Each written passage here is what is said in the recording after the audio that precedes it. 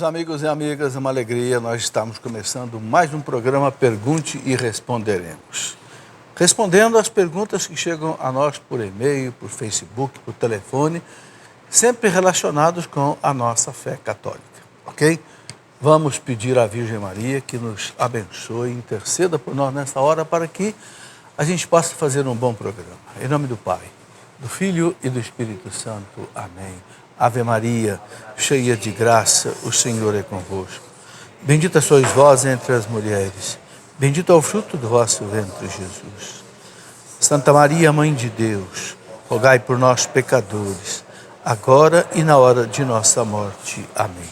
Glória ao Pai, ao Filho e ao Espírito Santo. São José, rogai por nós. Em nome do Pai, do Filho e do Espírito Santo. Amém. Sejam bem-vindos vocês que estão aqui no nosso estúdio Santa Clara. Temos amigos de Santa Bárbara do Oeste, São Paulo, está ali. Pode levantar a mão que a câmera vai mostrá-los. Londrina, no Paraná, está ali. Arujá, São Paulo. Contagem, Minas Gerais. Itaúna, Minas Gerais. Ribeirão Preto, São Paulo. Santa Maria, Rio Grande do Sul. Campo Grande, Mato Grosso do Sul. Cuiabá, Mato Grosso, Carapicuíba, São Paulo, Trindade, Goiás, São Paulo, capital, Recife, Pernambuco, São Bernardo do Campo, São Paulo e Russas, no Ceará. Sejam bem-vindos à Canção Nova, sejam bem-vindos ao nosso programa. E você que quiser vir assistir o nosso programa, pode vir, não precisa marcar lugar nem nada, é só vir participar do nosso programa. Quero começar o programa mostrando 2 livros sobre os anjos. Um livro do Monsenhor Jonas Abib, Lado a Lado com o Meu Anjo. Bem, o título já fala tudo, né? Os anjos têm uma missão especial na vida da igreja, na vida de Jesus Cristo, na nossa vida. Temos o anjo da guarda. E aqui o Padre Jonas explica um pouco disso. Um livro pequeno, simples, mas profundo, que tem aquilo que a gente precisa saber sobre os anjos. E contém também uma série de orações sobre os anjos. Um outro livro, Os Anjos, que eu escrevi, colocando um pouco mais da teologia, aquilo que os santos doutores explicam sobre os anjos, São Tomás de Aquino, Santo Agostinho, Santo Anselmo, Santo Ambrósio, os grandes santos da igreja falaram muito sobre os anjos. Qual foi o pecado dos anjos? Foi o pecado de soberba. Então é importante conhecer, né, essa parte da teologia, que a gente chama de angelologia, o estudo dos anjos. Muito bem, vamos aqui para as perguntas que já chegaram hoje, né? Primeiro, vamos às perguntas que chegaram por telefone e por Facebook, e no segundo bloco, as perguntas que chegaram por e-mail, ok? Então, a primeira pergunta que nós temos aqui é da Karine Ramalho, via Facebook. Ela pergunta o seguinte: é pecado fazer simpatia? Ô Karine, é pecado. Por quê? Porque simpatia é superstição. O que é superstição? É você querer obrigar Deus a fazer alguma coisa através de um rito meio mágico, né? Coloca lá uma vassoura atrás da porta, sal grosso não sei aonde. Ora, isso aí ofende a Deus. Ninguém pode submeter Deus a nada.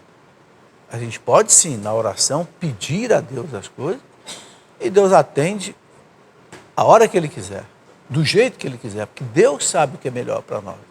Então, essa simpatia, superstições, é um jeitinho assim de querer meio que impor a Deus alguma coisa. Nada disso, ok? Eu escrevi um livro, Falsas Doutrinas e Seitas e Religiões, onde eu abordo todos esses tipos de assuntos.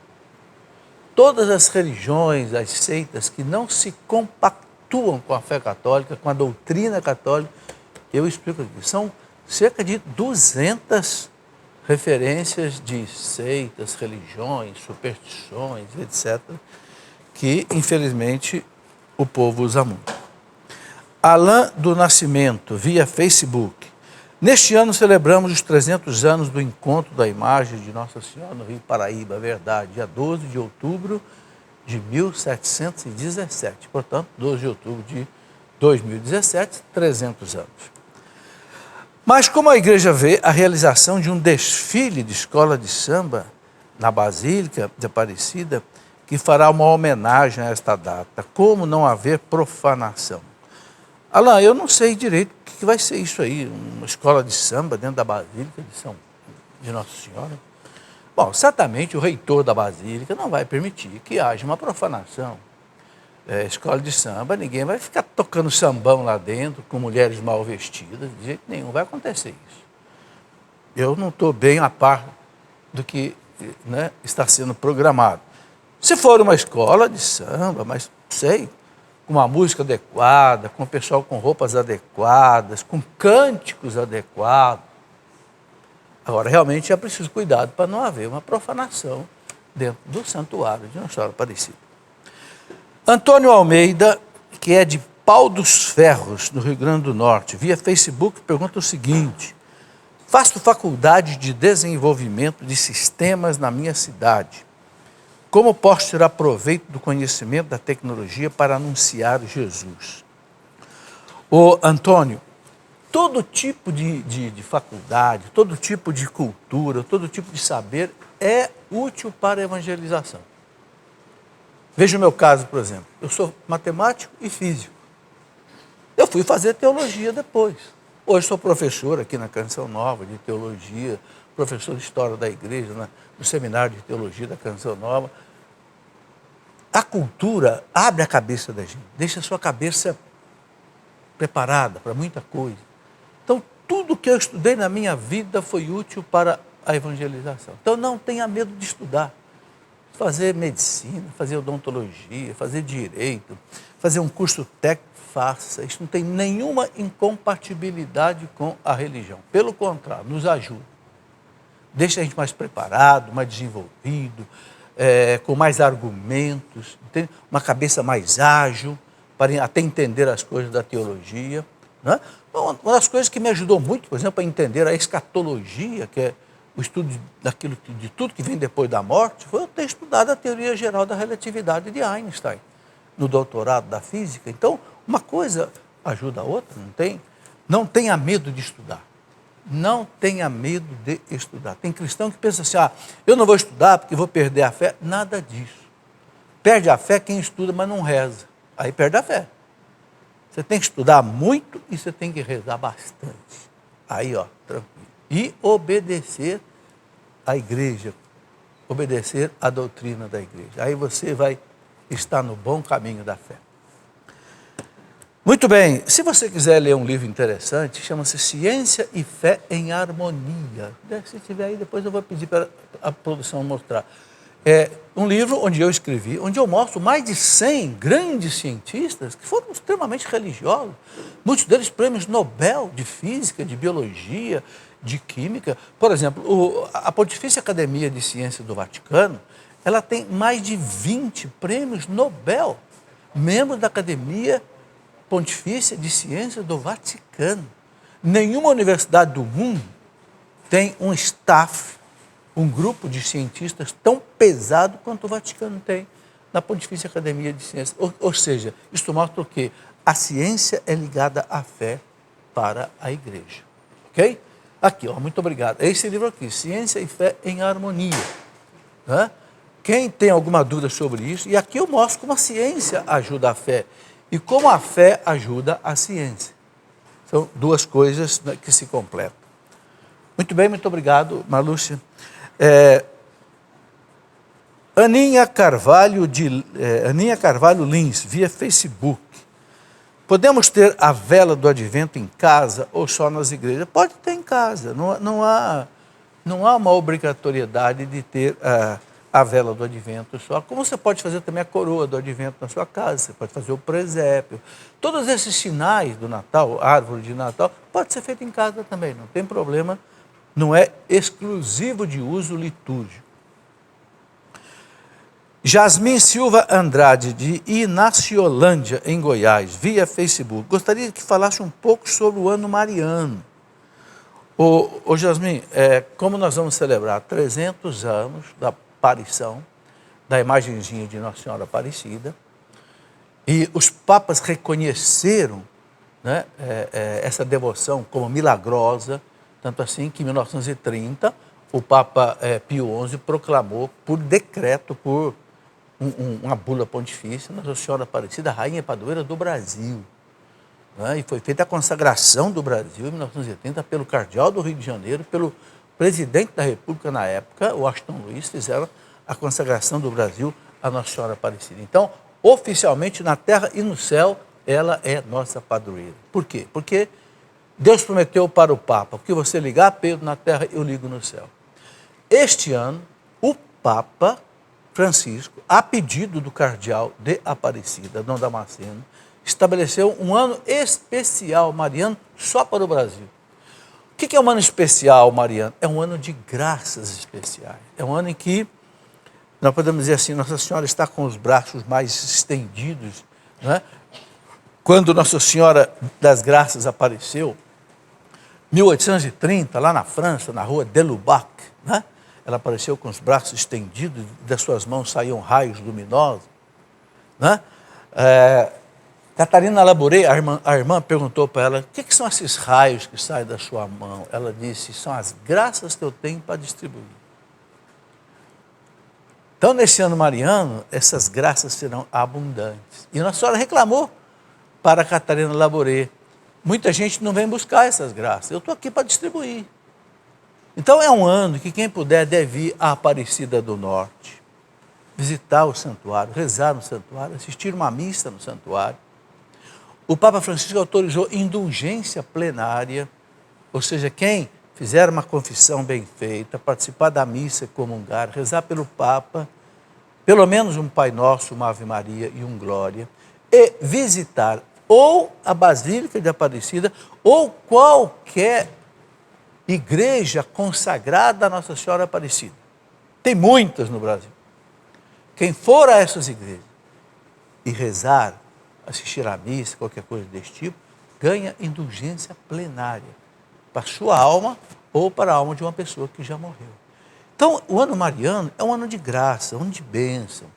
É um ano que nós devemos colocar toda a nossa confiança, devoção a Nossa Senhora. E também estudar um pouco sobre a Virgem Maria. Né? Por exemplo, vou mostrar aqui 2 livros interessantes que podem ajudar nesse ano. Aqui esse livro, 58 catequeses do Papa João Paulo II. 58 catequeses do Papa João Paulo II sobre a Virgem Maria. É uma mariologia completa. O Papa começa do nascimento da Virgem Maria até a assunção dela ao céu. Explica tudo. Né? Papa João Paulo. Então vale a pena pegar um livro desse no ano mariano e estudar. Eu escrevi também um livro, já faz bastante tempo, A Mulher do Apocalipse. Aqui são 12 capítulos, onde, comparando com aquela coroa de 12 estrelas, né, as 12 grandes verdades sobre a Virgem Maria. A Imaculada Conceição, a Virgindade Perpétua, Maternidade Divina, enfim, todos os dogmas sobre Nossa Senhora e devoções. Então, vale a pena, nesse ano mariano, se aproximar da Virgem Maria pela oração, pelo estudo, pela devoção, ok? Recebendo as suas graças. Luciano, via Facebook, sou amasiado há 14 anos e gostaria de saber se eu e minha mulher podemos comungar. Estaríamos cometendo pecado se comungarmos? O Luciano, a pessoa amasiada, o que é? As pessoas que vivem juntas sem ser casados, têm vida conjugal, etc. Então, a igreja diz que não pode comungar. Por quê? Porque a lei de Cristo é essa. Para viver juntos, casar, ter vida conjugal, é preciso receber o sacramento do matrimônio. Ok? Então, quem não recebeu o sacramento do matrimônio não está de acordo com a lei de Cristo. Então, não deve receber o corpo de Cristo. Ok? Então, o que você deve fazer? Tenta casar. Verificar se não há impedimento. Se nenhum de vocês dois são casados, então casem. Procure o pároco, faça uma boa confissão e se casem. Ah, mas um já foi casado e divorciou. Então, tenta, quem sabe, a declaração de nulidade. Papa Francisco tornou agora bastante rápido. Papa Francisco pediu aos tribunais da igreja que façam um processo de declaração de nulidade bastante rápido. Não deixa demorar aí 1 ano, 2 anos, 3 anos. Segundo, o Papa pediu que os tribunais façam um processo gratuitamente. E ele autorizou até que nos casos assim mais simples, o próprio bispo autorize, dê a declaração de nulidade. Então, o Papa Francisco abriu as portas tremendamente para resolver esse problema com...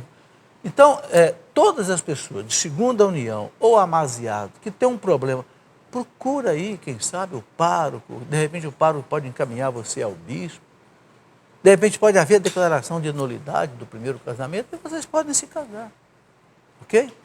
Esta a orientação.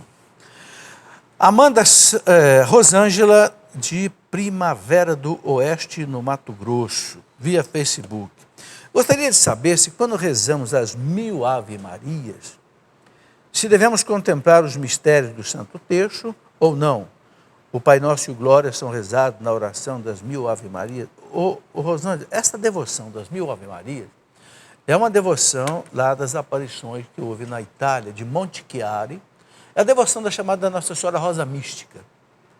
Ali, Nossa Senhora teria pedido essa devoção. Né? Eu digo teria porque nós não somos obrigados a acreditar nisso, mas é uma devoção muito levada a sério. O padre Gobi falava muito dessa devoção, ele confirmava essa devoção. E como é que se reza a 1000 Ave-Marias? Você contempla 20 mistérios, cada mistério com 50 Ave-Marias. Então, 20 vezes 50 vai dar 1000. Em cada mistério, você contempla um dos mistérios do Rosário. Então, o Rosário tem 4, né? Os mistérios da infância de Jesus, da vida pública, da paixão e da glorificação. Então, são 20, né, mistérios. Então, em cada mistério, você reza 50 Ave-Maria. E reza um Pai Nosso e um Glória. Pronto, aí você faz aí as 1000 Ave-Marias, ok? Amanda Santos, via Facebook. Há algum significado especial em sonhar com os santos da igreja? Amanda, é muito difícil responder isso. Aí é caso a caso, tem que haver uma análise especial. Por que está sonhando com o santo? Qual é a mensagem que esse santo, não sei, pode estar dando? Sabe, pode ser uma coisa para a sua edificação, não sei, pode ser uma coisa para um grupo que você, de repente, participa. É muito difícil. Então, o que você precisa fazer? Em cada caso, você analisa, reza, peça a Deus a interpretação. Pode ser simplesmente um sonho normal, algo que ficou lá no nosso inconsciente, que à noite vem e não tem um significado especial. Mas o sonho, a gente sabe, Deus pode usar o sonho. Dom Bosco sonhava demais. E todos os sonhos de Dom Bosco eram proféticos. Né? São José recebeu mensagem do anjo pelos sonhos. Os reis magos, né? Em sonhos, anjos, não volta para Herodes, não, pega outro caminho, que Herodes quer matar o menino. Então, Deus pode usar também o sonho, mas é difícil a gente falar assim a princípio. Uma pessoa que pediu para não ser identificada, ela diz assim: tenho visões e revelações de Deus através de sonhos e depois de um tempo elas se realizam. Gostaria de saber se tem algum significado tudo isso. Ora, se você sonha com alguma coisa e aquilo acontece, então tem que levar a sério. Né? Eu recomendaria o seguinte: se você sonhar alguma coisa muito séria, né? E que já aconteceu na sua vida algumas vezes, procure uma pessoa de confiança, um sacerdote, não sei, e conte para essa pessoa. Olha, estou sonhando com isso, o que eu devo fazer? Né? Porque Deus, às vezes, pode também, através de sonhos, mandar recados para a gente. É a mesma coisa da outra pergunta. É muito difícil dizer o que tem que fazer, o que não tem que fazer. Cada caso é um caso. Né? Eu me lembro, Dom Estevão Bittencourt conta um caso muito interessante, que um bispo do Rio de Janeiro, uma mulher telefonou para ele e disse: ô bispo, eu sonhei que o senhor ia viajar, pegou o avião e o avião caiu. O bispo disse: não, é bobagem, não tem nada. O bispo pegou o avião e o avião caiu. Então, é difícil, né? Deus pode mandar uma informação. Isso eu estou dizendo porque eu li numa revista de Dom Estevão Bittencourt, ele conta um caso desse. Muito bem. Leonardo Luiz Silva, de Belford Roxo, no Rio de Janeiro, via telefone, pergunta o seguinte: diz que é sócio pelo boleto bancário. Muito obrigado, ô Leonardo. A Canção Nova precisa muito da contribuição. Quase fechamos os 100%. da campanha de 2016. Chegamos em 92%. Faltaram 8% aí. Mas, se Deus quiser, esses 8% passam para a campanha de janeiro. Então, quem não conseguiu contribuir em dezembro, contribua agora em janeiro. Porque a Canção tem que ir empurrando o débito para frente. Ok?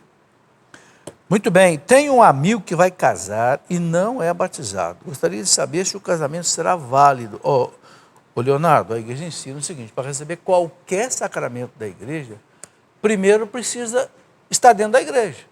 E o que põe você dentro da igreja? Que faz parte do corpo místico de Cristo? Você ser batizado.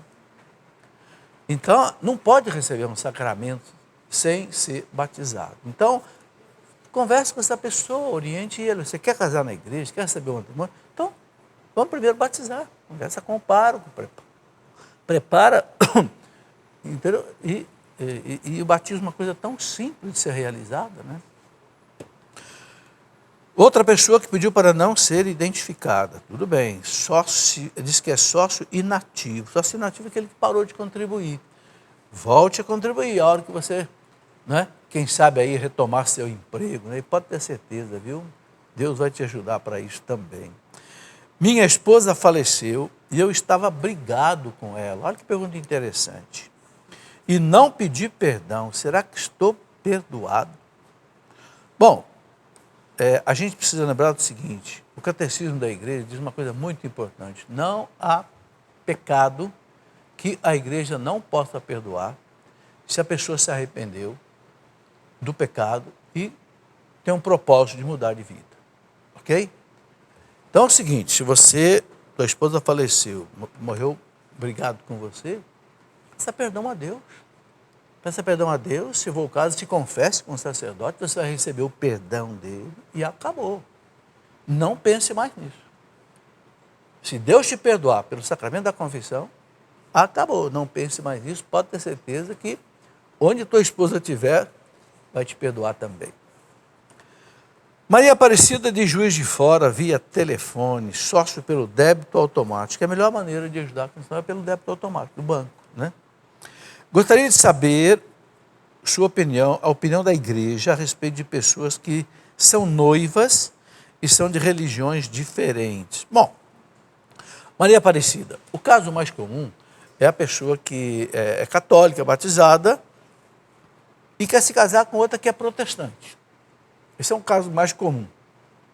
É o chamado casamento misto. Pode acontecer? Pode. Tem que ter duas exigências. Primeiro, a pessoa tem que ser batizada, mesmo que seja na igreja protestante. Porque tem muitos batismos em igrejas protestantes que a igreja católica reconhece como válidos. Aqui o Código de Direito Canônico da igreja traz aqui no rodapé, quando fala desse assunto, traz a relação das igrejas protestantes em que a igreja católica reconhece o batismo como válido. Então, se a pessoa é batizada, é cristã, mas não é católica, pode casar com a pessoa católica, ou seja, pode receber o sacramento do matrimônio. Mas aí a igreja exige o quê? Primeiro, que a pessoa que é protestante não queira mudar a fé da outra que é católica. Segundo, os filhos sejam batizados, educados na fé da igreja católica. Por que a igreja põe isso antes do casamento? Para depois não ficar dividindo a criança. Nasce a criança, a parte protestante quer levar para lá, a parte católica, e a criança fica aí dividida. Então a igreja coloca o seguinte: é protestante, quer casar com o católico, quer receber o sacramento na igreja católica, então você vai educar os filhos na igreja católica. Ok? Então, ser batizado, não mudar a fé do outro e você educar os filhos na fé do Cristo e da igreja católica. Muito bem. Conceição de Capão Bonito, em São Paulo, via telefone. O que a igreja católica fala do grupo Demolei? Conceição, o grupo Demolei é a iniciação dos jovens na maçonaria. Ok? O que a igreja diz sobre maçonaria? O Papa João Paulo II emitiu um documento através da Congregação da Fé, no ano de 1983, o documento está em vigor, né? Dizendo que o católico não pode se associar a uma loja maçônica, sob pena de estar em pecado grave e não poder receber a Sagrada Eucaristia. É assim que diz o documento. Ok? Então, evidentemente, se o Demolei prepara os jovens para a maçonaria, a igreja não quer que os jovens católicos participem disso, já que ela não quer também que vá para a maçonaria. Okay? Mas a igreja não quer conflito com a maçonaria, nada disso. Né? Por que a igreja não quer? Porque alguns conceitos da maçonaria sobre Deus, o grande arquiteto do universo, chamado deísmo, não se coaduna com a visão de Deus da igreja católica. Então, é por isso que a igreja... Assim como a igreja diz que o católico também não pode ser espírita, o católico não pode ser Seixonoye, o católico não pode ser... Não é só não pode ser maçom, não pode ser qualquer tipo. Né? Aí eu mostro de novo esse livro, né? Quem quiser tirar mais as suas dúvidas, esse livro, né? Falsas Doutrinas, etc. Aqui tem todas as explicações por que da incompatibilidade na doutrina. Sabe, não é guerra santa com ninguém. Não, é incompatibilidade. Você quer ser maçom, vai ser maçom. Quer ser espírita, vai ser espírita. A igreja respeita a crença de cada um. O que a igreja não quer é que se misture, que faça o chamado sincretismo religioso. Não, aí a igreja não quer que faça. Católico é católico. Outra pessoa que não quer ser identificada, também sócio inativo. Me converti através do rock católico. Hoje verifico que existe o gênero musical funk católico. Funk católico? Gostaria de saber se esse gênero é aprovado pela igreja, pois na minha paróquia o padre não permite que eu toque. Olha, vou ser sincero, eu não conheço esse negócio de funk direito, não. E eu nem sei cantar isso, nem sei como é que é isso. Eu acho que é um ritmo, do pouco que eu conheço, não é um ritmo compatível com música católica. Sabe, a música católica é uma música de meditação, de oração, de contemplação, de louvor. Sabe, essas músicas assim, muito agitadas, muito barulhentas. Eu creio que eu também, se o pároco proibiu, é porque, de certo, ele viu que realmente não é compatível com a filosofia da música católica. Tem tanta música bonita, né? Nossa, tantos cantores católicos hoje maravilhosos. Eu acho que nós não precisamos dessas coisas. Muito bem, vamos para o nosso intervalo e depois do intervalo as perguntas que chegaram por e-mail que vão aparecer aqui no nosso plano. Espere aí que você vai ver que o nosso intervalo é bastante rápido. Meus caros amigos e amigas, estamos voltando com o nosso programa Pergunte e Responderemos. Eu quero aqui dar um recado muito importante. Dia 21 e 22 de janeiro, a comunidade Canção Nova vai promover aqui em Cachoeira Paulista, com a comunidade Sede Santos, um encontro muito importante. Maria passa à frente. E o tema será Pede à Mãe que o Filho atende. Muito importante, né? Vamos ter aí a presença do padre Marlon Múrcio, de Taubaté, o padre Gustavo Sampaio e o Ministério Sede Santos, ok? Você pode ter mais informações pelo site eventos.cançãonova.com, qualquer tipo de evento da Canção Nova, coloca aí, eventos.cançãonova.com, você fica sabendo, tá? Ou pelo telefone 12 31 86 26 00, que você já conhece, tá bem? Bom, outra coisa muito importante que eu preciso falar, já saiu o calendário de 2017 aqui da Canção Nova. Esse calendário, qual é o objetivo dele? Bom, claro, evidentemente, primeiro como calendário, né? Você tem cada mês aqui, e olha, aqui tem alguém que você conhece aqui, ó, nesse mês, né? É quem está falando aqui com você, no mês de fevereiro. Então, esse calendário, você tem aqui, lógico, o calendário, mas esse calendário tem uma outra finalidade, é pedir a você que ajude a Canção Nova na digitalização do sistema. Não é fácil compreender isso, mas é fácil entender que gasta muito dinheiro. O que é digitalizar o sistema Canção Nova? É passar de um sistema antigo, chamado analógico, para um sistema moderno, chamado digital. Bom, isso fica caríssimo e é obrigatório. Por quê? Vocês estão vendo todas essas câmeras que são caríssimas, todas importadas, tem que ser tudo trocado. Todas as torres de transmissão do sinal da Canção Nova para chegar à tua casa, via satélite, tem que ser tudo, todas as retransmissoras porque a Canção Nova tem negócio de 600 retransmissores. Tudo tem que ser modificado. Vocês imaginam o quanto isso custa. Então, a Canção Nova tem duas lutas pela frente. Uma é manter a campanha, a despesa normal do mês, que chega aí a 20 milhões de reais por mês. E outra é transformar todo o sistema para digital, porque senão a TV sai do ar. Então, quem quiser ajudar, peça esse calendário, e aí você vai, através do Banco do Brasil, fazer um depósito, se você quiser ajudar, né? Na agência 3358-8, conta corrente 5598-0. Vai aparecer aí, né, no seu televisor. Ajude através dessa conta bancária do Banco do Brasil, tem aí a agência, tem aí a conta corrente. Se você peça o seu calendário e você contribui também para que a gente possa fazer essa digitalização da TV. Bom, antes de voltar às perguntas que vão aparecer aqui no plasma, rapidamente eu quero mostrar aqui, né, um livro e depois mostrar uma coleção. Um livro que nos ajuda muito a entender as coisas da escatologia. Muita gente pergunta assim, o que vem depois da morte? O que é o juízo particular, o juízo final, o céu, o inferno, o purgatório, a volta de Cristo? Este livro é para explicar todas essas coisas. O cristão diante da morte. Ok? Chama-se escatologia. Escatom, do grego, quer dizer os últimos acontecimentos. Então, é a parte da teologia chamada escatologia. O que a igreja nos ensina? Cristo vai voltar? Vai. Quando? Ninguém sabe. Como? Ninguém sabe. Ok? Coisas desse tipo. Segundo, vocês estão vendo aqui na minha mão uma coleção de pequenos livros. É uma iniciativa que eu comecei para responder perguntas que o povo faz muito, através de pequenos livros. Inclusive, eles são assim, grampeados, para ficar, inclusive, mais em conta.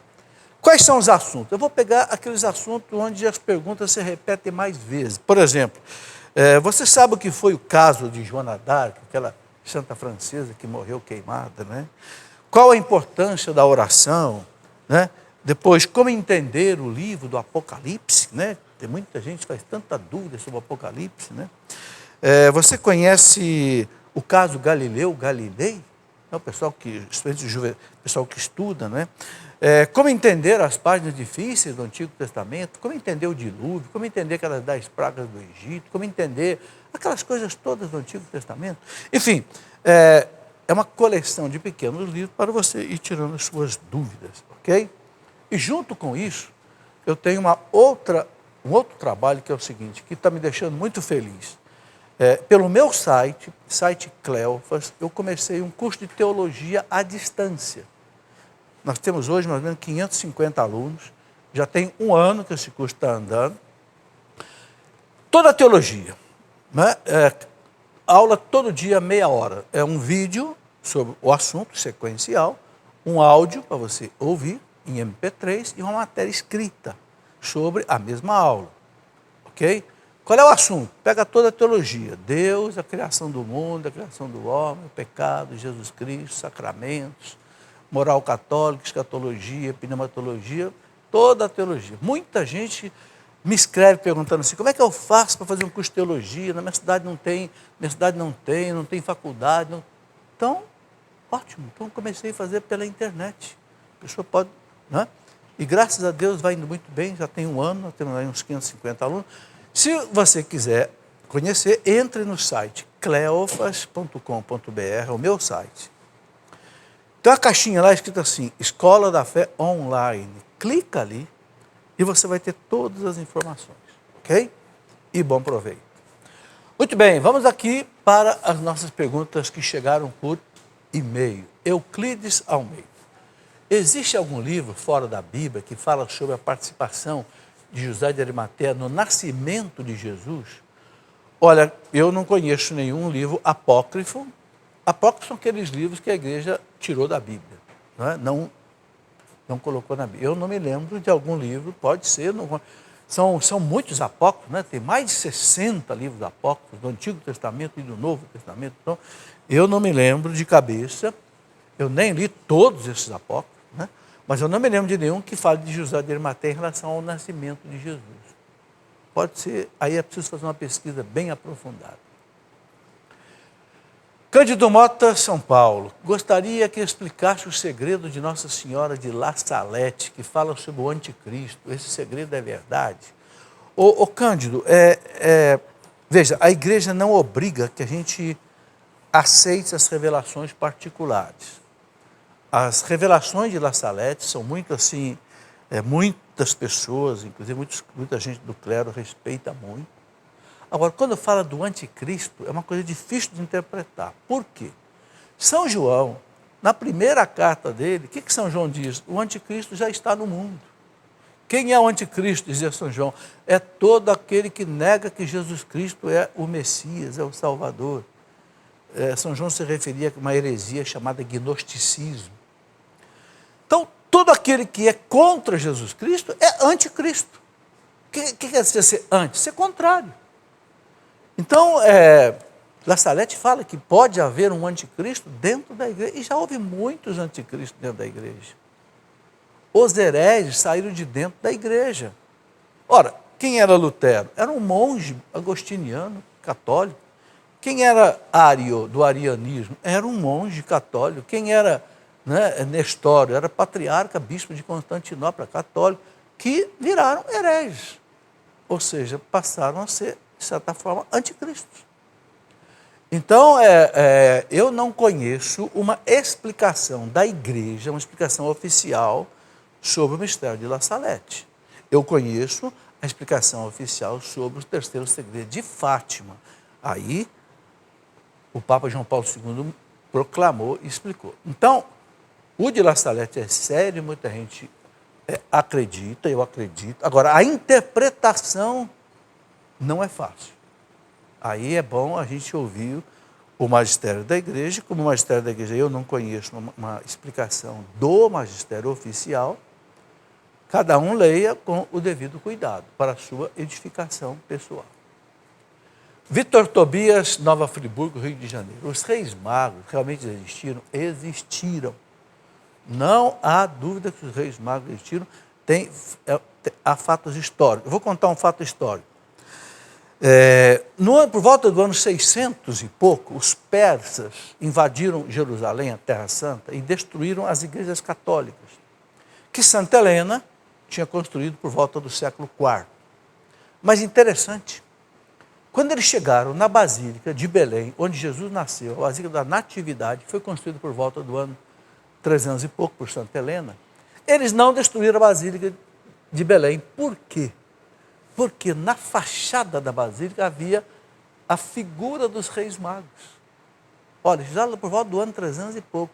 Então os persas, como eles identificaram que os reis magos eram com as roupas deles e persas, eles não destruíram a Basílica. É uma prova histórica da existência deles. E é tudo que os evangelhos narram, né? Na brincadeira que os evangelhos narram, vieram lá do Oriente, guiados por uma estrela, um milagre de Deus, que o conduziram até Jerusalém. Chegaram em Jerusalém, ninguém sabia de nada. Cadê o rei de vocês, judeu, que nasceu? Ninguém sabia de nada. Coisa impressionante, né?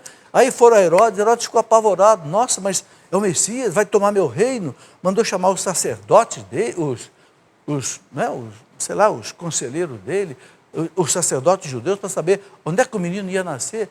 Aí disseram, não, vai nascer em Belém, de acordo com o profeta Miqueias. Aí a gente sabe tudo o que aconteceu, né? Herodes, como os magos foram embora por outro caminho, então Herodes foi lá e mandou matar todas as crianças com menos de 2 anos de idade em Belém. Só que antes disso, Jesus, Maria e José já tinham fugido para o Egito. Quer dizer, fatos reais, não há dúvida que eles existiram.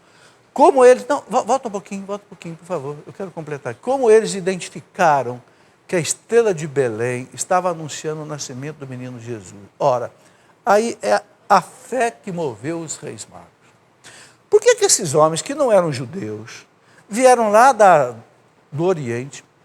Por que eles foram procurar um Messias judeu?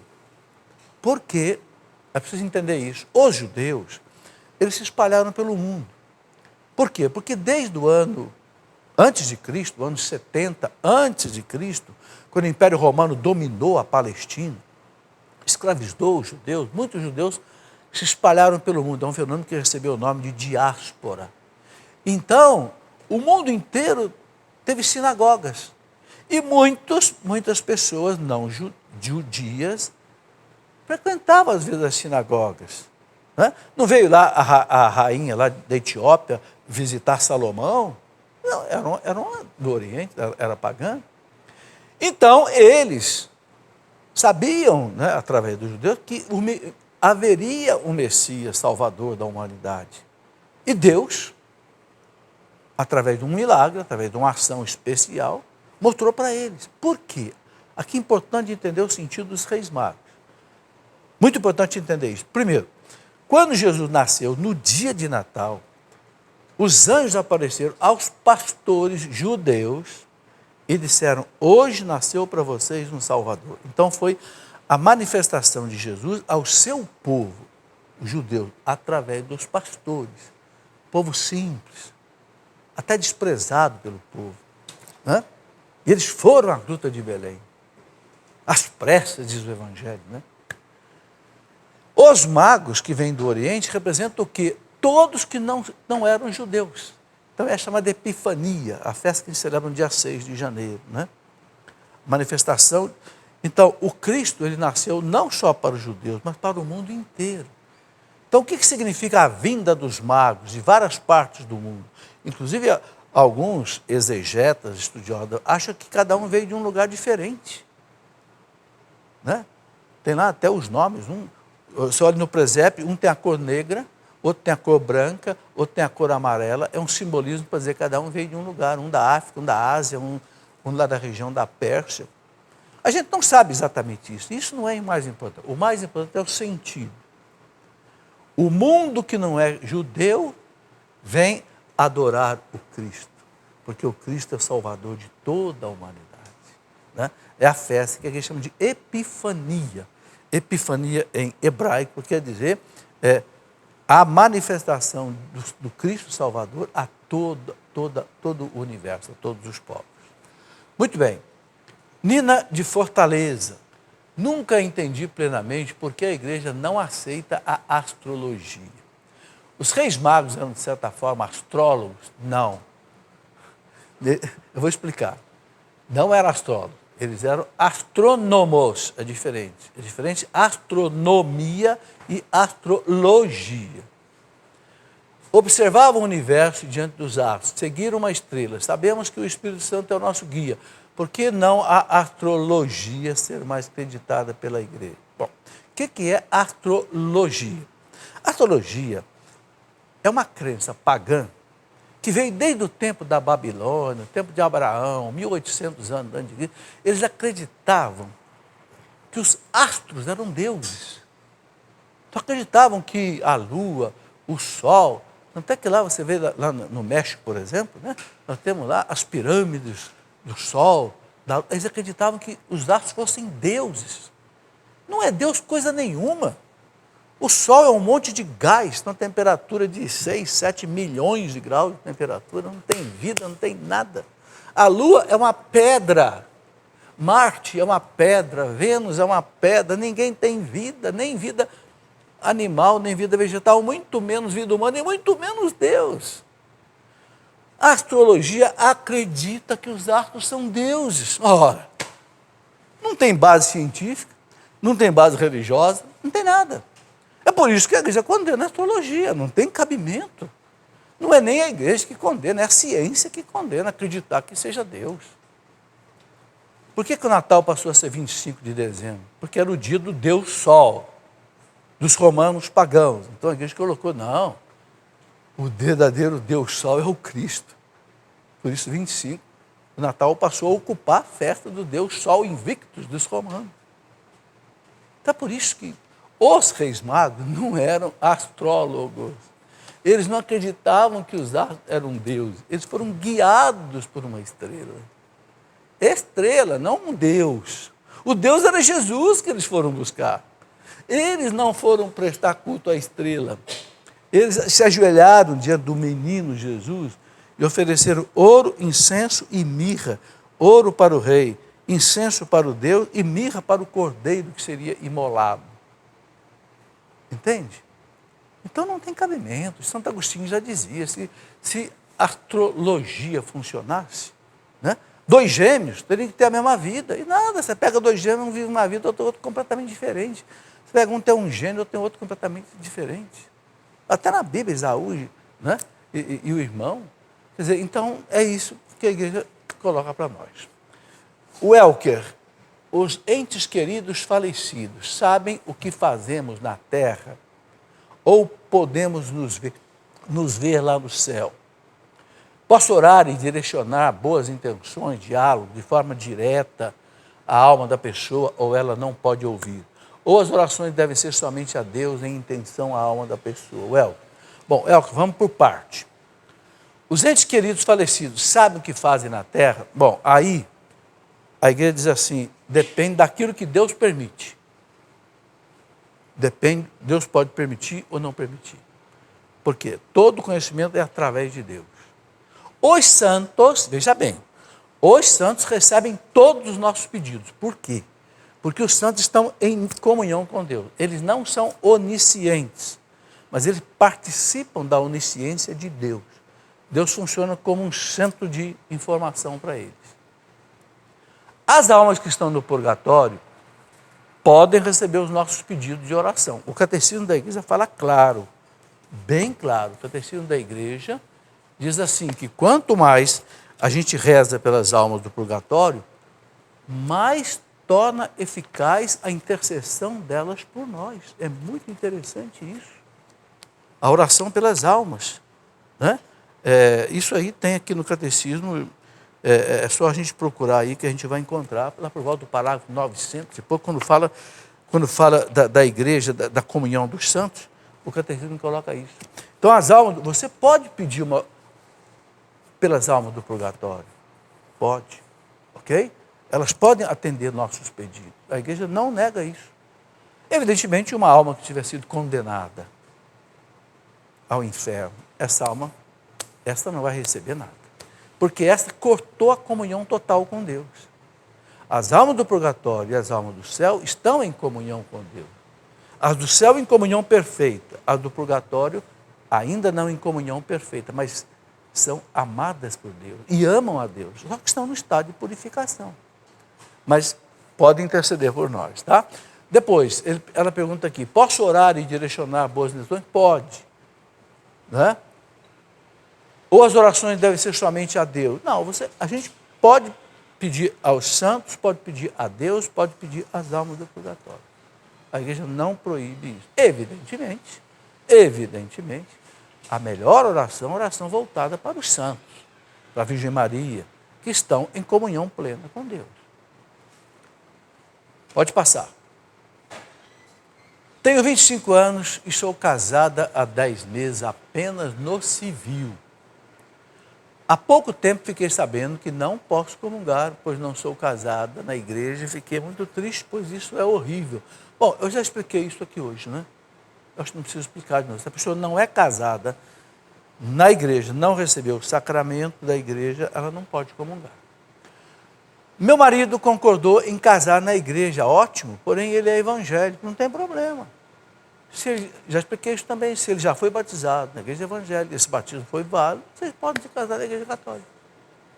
Observando aquelas condições que também eu já expliquei hoje. A igreja poderá realizar meu casamento nessa situação? Pode, do jeito que eu já expliquei hoje. Ok? Pode passar. Maria Olívia, de São Carlos, em São Paulo, estado de São Paulo. A hora santa só pode ser feita com o Santíssimo exposto? Ou pode ser feita mesmo com Jesus no sacrário? Pode ser feita, Maria, com Jesus no sacrário, não tem problema. Melhor ainda, né? Se você puder que um ministro, ou diácono, ou padre, coloque o Santíssimo no exposto. Melhor ainda, mas pode ser feito só diante do sacrário, não tem problema não. Por que muitos padres não falam mais após a oração eucarística que o corpo de Cristo nos guarde para a vida eterna? Olha, vamos explicar uma coisa. O missal romano, quando fala disso aqui, o missal romano diz assim, que o padre, antes né, de distribuir a Eucaristia, ele reza em voz baixa. Ele reza que o corpo e o sangue de Cristo, que o corpo de Cristo me guarde para a vida eterna. Que o sangue de Cristo me guarde para a vida eterna. Ele reza para ele em voz baixa. É o que está no Missal Romano. O Missal Romano prescreve direitinho como é que a missa tem que ser celebrada. É só você olhar, você vai ver. Então, não é obrigatório que o padre fale em voz alta e nem que ele fale para toda a igreja. É para ele, segundo o rito da missa. Ok? Douglas, quanto tempo um padre fica em uma paróquia? Aí depende do bispo. O bispo é que define quanto tempo. Isso é uma regra para todos os bispos ou é livre para cada bispo determinar um tempo para o sacerdote? É livre para cada bispo determinar. Tem bispo que deixa um padre a vida inteira numa paróquia, outro gosta de trocar a cada 3 anos, outro troca às vezes quando ele sente que está havendo problema, é preciso modificar. Então, aí depende do bispo. Tá? Cristina de Brasília, posso me confessar sem ser casada na igreja? Cristina, não pode. Por quê? Não pode receber o sacramento se você vai continuar vivendo fora da lei de Deus. Você pode ir lá, conversar com o padre, se aconselhar, mas não pode receber a absolvição. Por quê? Porque você vai continuar no mesmo estado de vida irregular. Então, de novo eu falo aqui, essas pessoas que têm essas situações, não se sintam afastadas da igreja, não abandonem a igreja, procurem regularizar a sua situação. De repente você pode ter uma declaração de nulidade, se houve um casamento anterior de um dos dois, ou se não houve, se não há impedimento, então podem se casar. Então, há solução para os problemas, ok? Evidentemente, a igreja tem que obedecer aquilo que o Cristo colocou, né? Cristo colocou o sacramento do matrimônio, então a gente tem que seguir. Como faço para tratar melhor as pessoas, principalmente minha família, pois em muitas coisas não concordo com eles? Olha, isso aqui é uma coisa séria. Primeiro, a gente tem que ter muita paciência. Segundo, a gente tem que ter bondade, né? Tem que exercitar. Conter a língua, né? Porque a língua, como diz Santiago, é que nem um palitinho de fósforo, pode incendiar uma floresta inteira. Né? Cuidado com o que a gente fala dentro de casa, na família. Sabe, é aquilo que a gente chama de autodomínio. E que é um fruto do Espírito Santo. Quando São Paulo fala dos frutos do Espírito Santo, na carta aos Gálatas, no capítulo 5, versículo 22, São Paulo fala assim: os frutos do Espírito são amor, paz, alegria, bondade, mansidão, autodomínio, paciência. Entendeu? Pedir ao Espírito Santo que dê a você paciência, não brigar à toa, tá certo? Tentar resolver as coisas no diálogo, é o único jeito. Tá bem? Muito bem, chegamos ao final do programa, é uma alegria receber vocês aqui, né? E aqui tem uma última pergunta que aqui da plateia que eu vou responder rapidamente. Alguém me perguntou o seguinte: parece que estão usando uma medalhinha de Nossa Senhora na sandália, ou desenhando, e pisar na medalhinha, ou pisar. Não, eu acho que isso não fica bem, né? Porque pisar em alguma coisa é uma coisa assim meio pesada, né? Então, pisar numa medalha, ou pisar numa foto de Nossa Senhora, não, coloca a tua foto, não sei, na roupa, na pulseirinha, medalhinha, no pescoço, mas pisar não fica bem, né? Não, a lógica não combina com isso. Muito obrigado a vocês que vieram, vocês de casa, né? E que tenham, né, um feliz ano de 2017. Com Deus.